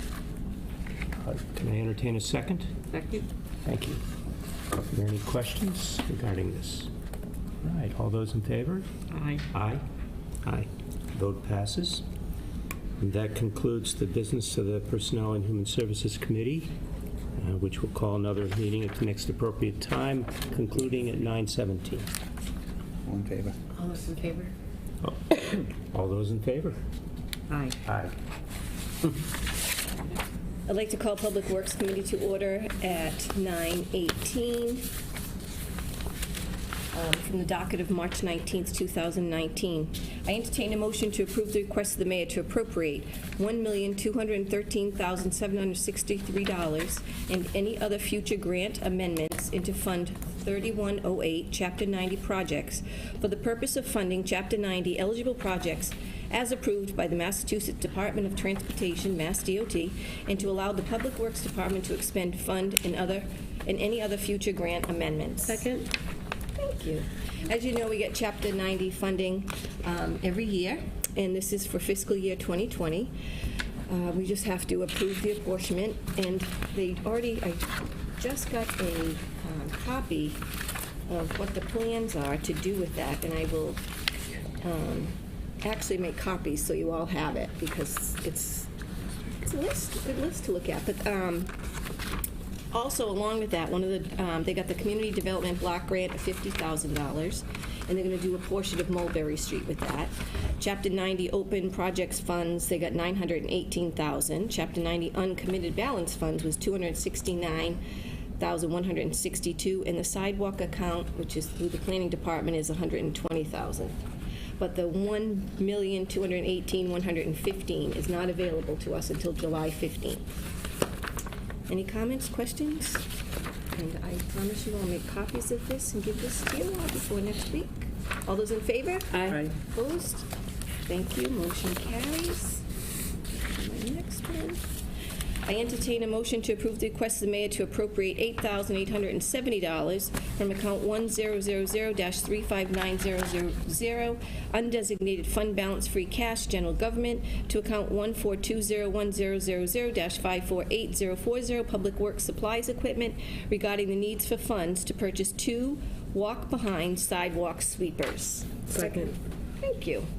So, Michael Tyler, Superintendent of Public Works, had put this in and spoke with the mayor with regards to buying these as opposed to renting them, because it was costing us $1,500 a month to rent, and they broke down quite frequently, and then it was a high cost to repair them.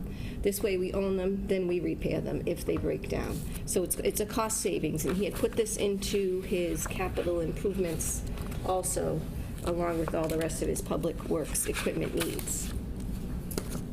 And, we will be using those pretty soon, I hope, because I want the snow to melt pretty darn quick. All those in favor? Aye. Opposed? Motion carries. Thank you. Lastly, I entertain a motion to approve the request of the mayor to transfer $5,000 from account 1124-1000-578300, citywide reserve fund for transfer, to account 1650-1000-513000, Park and Forestry overtime, regarding the need for additional funds for overtime for the remainder of fiscal year 2019. Second. Thank you. They've had an excessive amount of callbacks in the Forestry Department this year because we've had so many downed trees with the heavy winds, the rains, everything that we went through throughout the fall. And they've used up 218 hours of tree-related overtime already. That's a lot of hours for the Forestry Department in overtime. So he's just asked for this transfer so that he does have something in his funds to allow him to do more callbacks, should we need to do that. Any comments, questions? All those in favor? Aye. Opposed? Motion carries. Thank you. I have no further motions this evening. I'd like to call for an adjournment at 9:21. Second. Thank you. All in favor? Aye. Opposed? We are adjourned at 9:21. I'd like to call the Capital Improvements and City Development Committee to order at 9:21.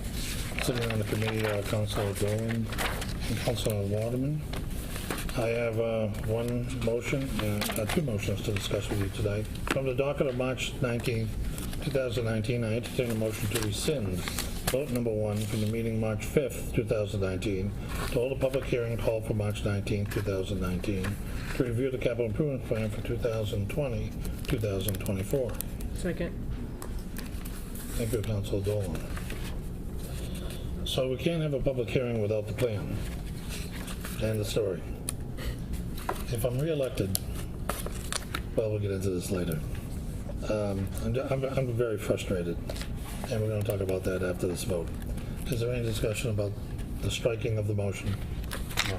Okay. I'll call for a vote. All in favor? Aye. Aye. Passes unanimously. So for discussion and for progress on this matter, You know, I can only talk to you in these chambers, and I can only make plans with you in these chambers in a public forum. But I am very, very frustrated. It's March 12th, and the mayor's just started his budget planning process, and we're just starting a tour of the departments for the city capital improvements at the same time, and that's not the way our forefathers planned the fiscal planning of this city. I've tried to bring the Department of Labor Services Technical Assistance Bureau into the city to speak with the mayor and the chief financial officer and the treasurer and the collector without success, and now that opportunity has passed. I've tried to set up joint meetings with the Budget and Administration Committee, and it's very welcome and embracing to do that, but we just haven't been able to get it done.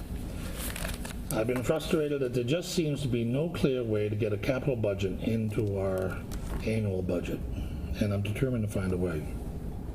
So I see as the only opening for progress, because I've run out of other logical progressions, that I think what we need to do is that, in light of the fact that we have some very large capital expenditures that I don't think we should bond. For example, we just heard how we got Chapter 90 money is 1.2 something million. The study done, paid for by the state 2 years ago in Lance Hills, said that we need $2.9 million a year just to keep the roads in the same condition they are right now. So we're $1.7 million short. And that's not money that we should bond. That's money that we should plan on doing because we know it's going to be an annual expense.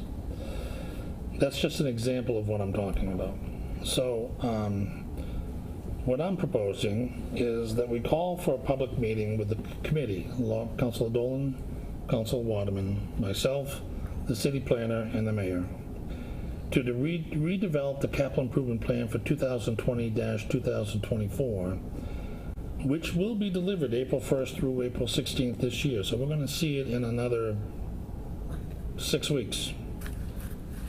But I want to reintroduce it as the capital improvement plan for 2021 through 2025 by July 1st, 2019.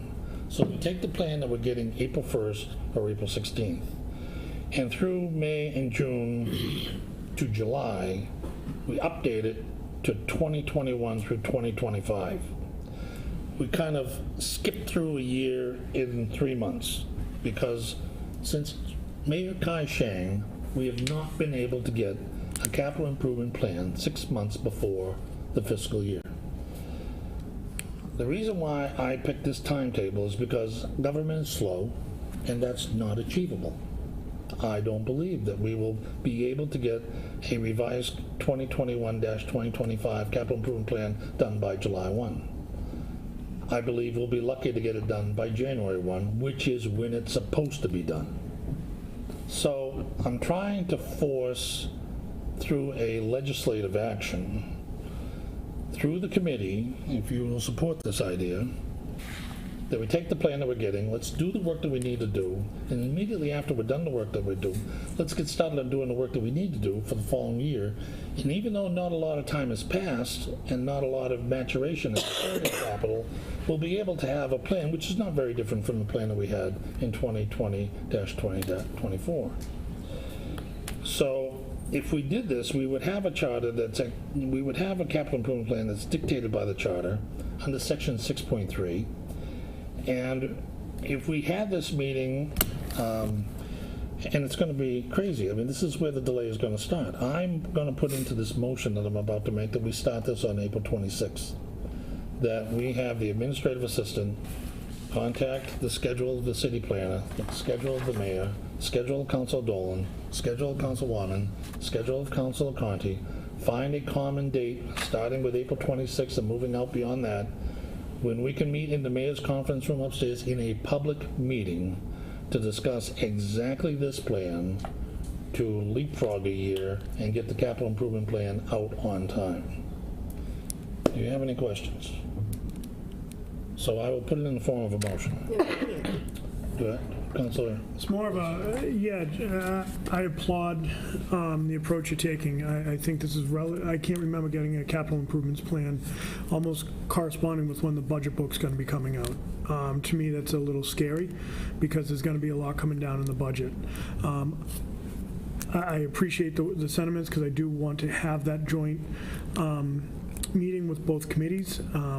So again, in a public forum, I'll ask if you could get a couple dates that work, for your committee, and I'll ask that of mine as well, where we could meet, preferably at this point. I'd like to do mid-April, just to kind of get some semblance of a plan before we get both books coming down to us. So in fairness, what you're talking about happens after this meeting.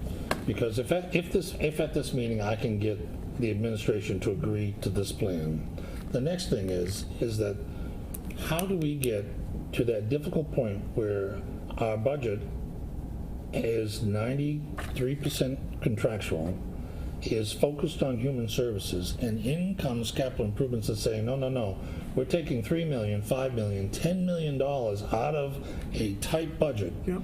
How are we going to come up with a plan to make that happen? And I'm suggesting that we do it through new growth, so that if we have, say, $3 million in new growth in 1 year, that $1 million gets slid over to capital improvements, so that it has less of an impact on the human services that we give to the city.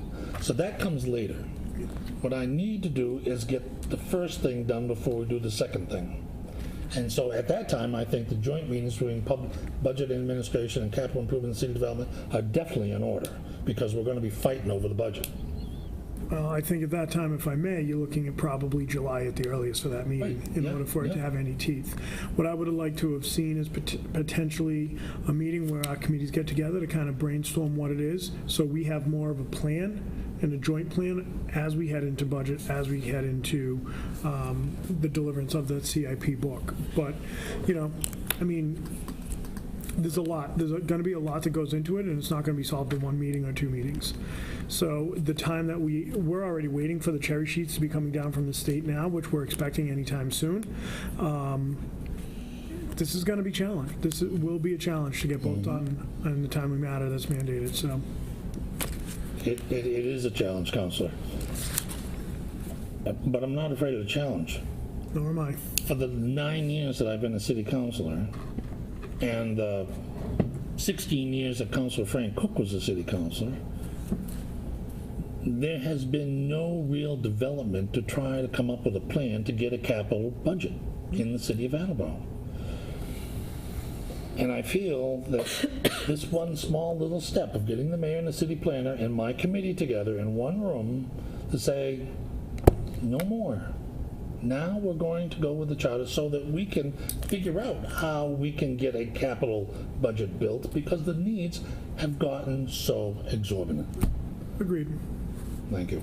Could I just ask that you involve the budget committee in that meeting? Not as a joint, Well, it's but a public just... meeting. It's a public meeting. Everybody can be there. That's fair. Yeah, it's a public meeting. So the motion. No, excuse me, point of order. It's not a motion. You're just going to call for a meeting. Yes. Yeah. Okay. Not a motion. All right. Doesn't need to be a motion. That's right. So do I need a vote to call for a meeting? No, you just say you're going to have call for a Okay, meeting. very good. Then that Set it up concludes and the let your business that I committee have for the capital improvement and city development meeting. If there's no other questions, no comments, and I'll call for an adjournment. All in favor? Aye. Aye. I declare the city capital improvement and city development committee adjourned at 9:31. Thank you. Zoning and Land Use Committee is canceled for tonight. Budget's still canceled. Pardon me, excuse me. I'd like to call License Committee to order at 9:32. I have one motion this evening from the docket of March 19, 2019. I entertain a motion to approve the application for a hawkers and peddlers license for Renee Lum of 62 Sycamore Avenue, Attleboro, to sell food and beverages and novelty. Second. So this is Pickle Willie's that we all know and love. And I don't think I need to say more than that. Does anybody have any questions? I've never heard of it. They put a hot dog in a pickle. Right. Come on. They're always at the farmer's market. Yeah. Sounds like it belongs in the ground. Actually, it's quite a delicacy, believe it or not. Well, they have People more than come that. very specifically just for the pickled Willy, but they provide a whole bunch of other stuff too. But you know what? I remember when Renee came in front of this honorable body a few years back, and it was the very beginning of this wonderful journey, and I've been privileged to witness the growth of her business and the different places that she gets to go. And this is what we like. This is what I like to see in the city of Attleboro. I love seeing small businesses, just be successful and have high demand. I mean, I've been in contact with her over the last week because we're trying to figure out our dates to make sure. I'm like, but you have to be with us. And she's like, I know, but I'm really proud of them. They do a really wonderful job, and I'm more than happy to support their hawkers and peddlers because the pickled Willy is something to behold. Don't knock it till you try it. All right. Anybody else? Any other questions? All those in favor? Aye. Aye. Motion passes. That's all the business I have this evening. I'd like to adjourn the License Committee at 9:34. Second. All those in favor? Aye. We are adjourned. I'll call the ordinance election and legislative matters committee to order at 9:35. I don't have any motions this evening, just a few updates. We have the public hearing coming up April 2nd. That's to change the granting, special permitting granting authority from the municipal council back to hopefully to the zoning board of appeals. So that will be coming up April 2nd. I wanted to give an update on the water discharge ordinance. I have a meeting scheduled with Mike Tyler and Thomas Hayes. We're trying to make sure that we don't have something already in an ordinance, so we want to make sure that we're consolidating what they're really looking for and make sure that whatever we're presenting doesn't overlap that.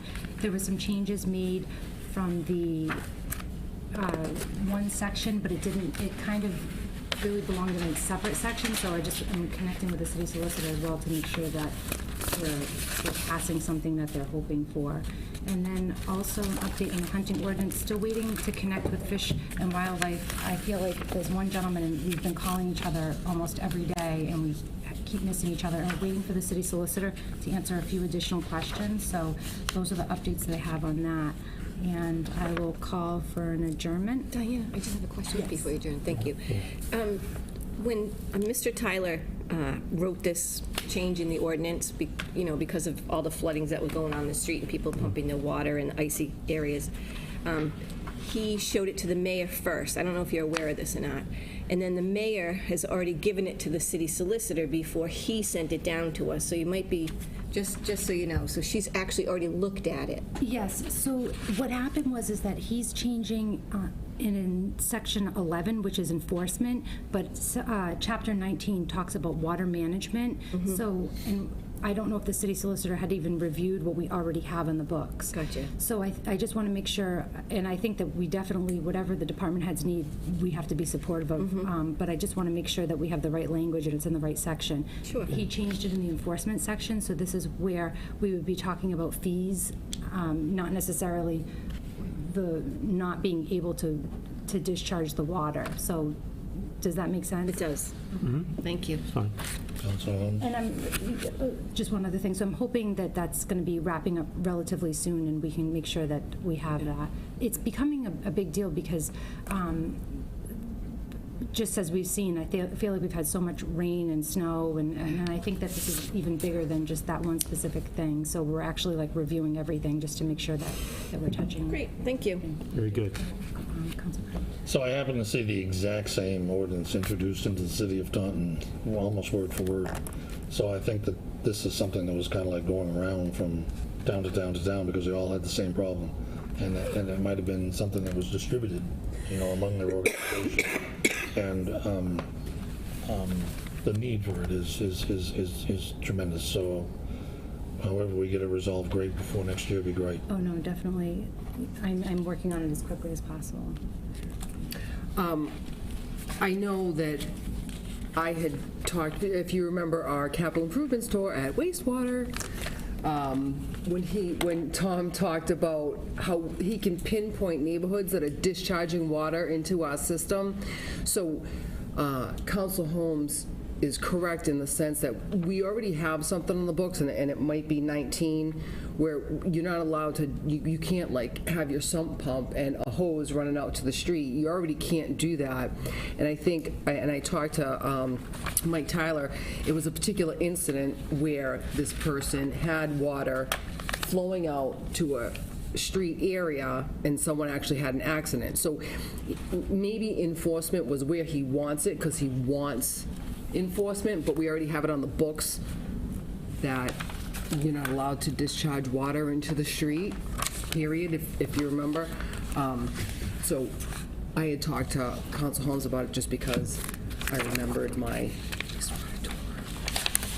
That's all. Thank you. Thank you. Any other comments or questions about this? I think there's two different situations you're looking at. There's one on the books, you can't discharge your sump pump into the sewer system. But as far as discharging water, you're not supposed to discharge water onto a public way either. And there are regulations in effect. So what Tyler's looking for is the penalty involved in reaching that goal is ultimately important. So I think you're looking at the penalty end of it rather than the law, because the law is already there. It's been an ongoing situation as long as I can remember. It's the enforcement. We can make all kinds of laws and regulations at this table, but if you don't enforce them, or there isn't a means to enforce them, there's no sense doing the legislation. Well, I agree. That's why I think if I can sit down with both of them and make sure that we're all on the same page. Yeah, at this point, you got plenty of time. God forbid we get much more freezing weather where that is the real problem is in the winter. You can cause a mess in the summer during flooding, putting water on the streets, but it's not as much of a safety issue as it is in the winter. All right, thank you. I'll call for an adjournment. Second. Oh, sorry. Second. Thank you. All in favor? Aye. Aye. Thank you. Oh, I just have one other thing. And then I just have a quick update. Special Committee for Tax Abatement Review. I'll call that to order at 9:40. And so the brochure that went out, Stan reported that there was not an uptick in applications, unfortunately. Remember that brochure that we did want to go out? So he said that there were some individuals came in for questions, but no real takers, so it was a little disappointing. Some of the new business I would like to introduce does have to do with those programs that we already have, the deferral program and the exemption program, lowering the age and increasing the asset amount and income amount that individuals have. But unfortunately, we don't have too many seniors even tapping into that program right now. The other thing that I wanted to mention is we're looking at the senior work-off program and potentially increasing the amount of seniors that can apply for that program. Those are the two things that we're exploring at this time. And that concludes the business. I'll call for an adjournment. Second. Thank you. Adjourned at 9:41. Reporting for Public Safety and Emergency Management, I have two motions this evening. From the docket of March 19, 2019, I entertain a motion to approve the request of the mayor in accordance with Chapter 1, Section 12 of the revised ordinance of the City of Attleboro to allow the police department to expend approximately $7,948 in any future grant amendments via the FY 2019 Pedestrian Bicycle Safety Enforcement Grant, sponsored by the Executive Office of Public Safety and Security, Highway Safety Division. Second. This grant is a non-participating grant. We don't have to contribute to it. It's designed for pedestrian bicycle safety enforcement program. It's for overtime funding for our police officers. We've done it in the past at crosswalks and and mostly crosswalks. It also allows for the purchase of safety items for public distribution, such as bicycle helmets. The police department has done a good job with an $8,000 grant, and it shows we're stopping motor vehicles from going through crosswalk areas and disregarding the public safety. So it's a good grant. It's been well used in the past, and we've got it again. So pretty self-explanatory. And again, it's no matches required. Any comments, questions? Don't get caught. I was this close. You were that close, No, huh? I wasn't. Any other comments or questions? Hearing none, all those in favor? Aye. Aye. Thank you. Motion passes. Secondly, from the docket of March 19, 2019, I entertain a motion to approve the request of the mayor in accordance with Chapter 1, Section 12 of the revised ordinance of the City of Attleboro to allow the fire department to expend approximately $50,000, and any further grant amendments. Funding shall be utilized in accordance with the legislative earmark as a health and wellness initiative for the fire department. Second. I can't remember us receiving a grant like this in the past. So a very, very good explanation of it is in your backup, in the backup materials. Yeah. I'll read part of the contents of that to you. This is a legislative mandate to the Department of Fire Services, from the Department of Fire Services.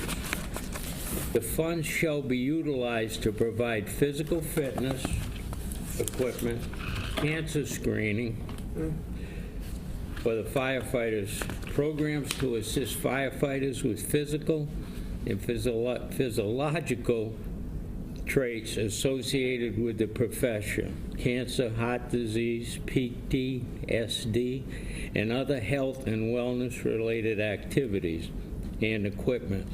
Any remaining funds, after we've utilized the funds for those particular items first, any remaining funds shall be utilized to provide fire safety education for students and senior citizens in conjunction with the Attleboro Fire Department's SAFE program. That's a program we've had right along that educate our senior citizens, and we go into the schools and educate the children about the safety hazards with fire. So I personally, if we've had a grant like this, I don't remember it. But it's good to see that we're going to take care of our firemen's needs as they come up as far as their health concerns, over a varied number of health concerns. Because our public safety people, whether they be police or fire, go through some awful stressful situations in their careers. And this money in this program, if used properly, and I'm assuming it will be, I'm not disregarding that fact, will help some firefighters. This particular grant will help some firefighters in need of some special services. Any comments or questions? Yes, Mr. I just wanted to applaud whoever put this grant together for the wide scope that it covers, especially the psychological part. That's a hidden stress. This is a mandate, so evidently somebody other than in the city area thought enough of it to make it a state mandate that this money be sent down, and Attleboro gets $50,000 of whatever that amount was that the state approved. But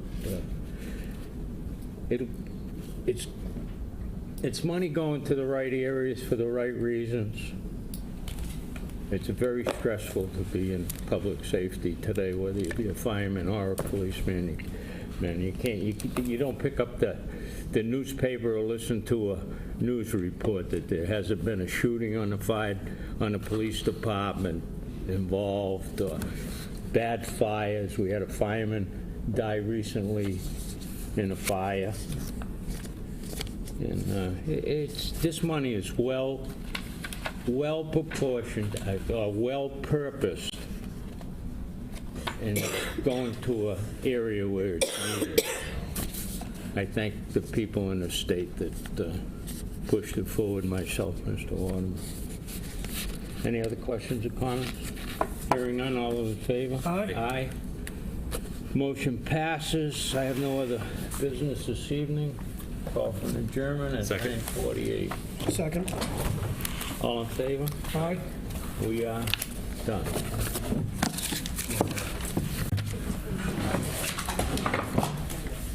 I won. No, you said